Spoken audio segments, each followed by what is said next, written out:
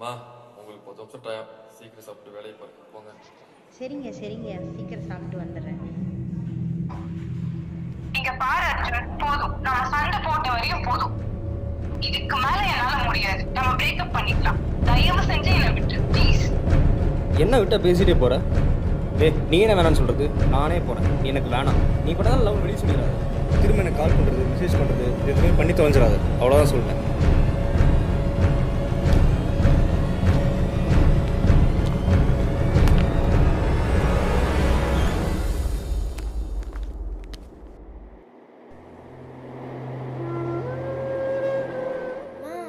ஏம்மா டிஃபன் பாக்ஸில் கொண்டு போகிற சாப்பாடை டெய்லி வச்சு வைக்கிறீங்க?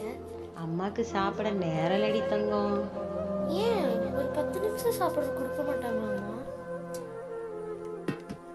இப்படியே சாப்பிடாம வந்தேன்னா உடம்புக்கு என்னமா ஆகுறது? அப்போ எனக்கு அம்மா வேணுங்களா? கட்டின புருஷன் 100 ரூபா கேட்டா கொடுக்க மாட்டியா?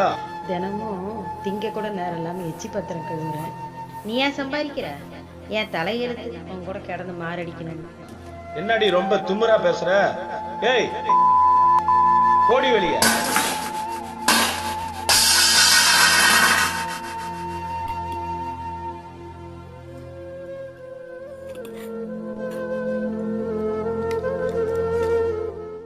மற்றவங்க சாப்பிட்ற இடத்துல நாம் சாப்பிட முடியுது, அதுவே நாம் சாப்பிட்ற இடத்துல மற்றவங்க சாப்பிட முடியுதா?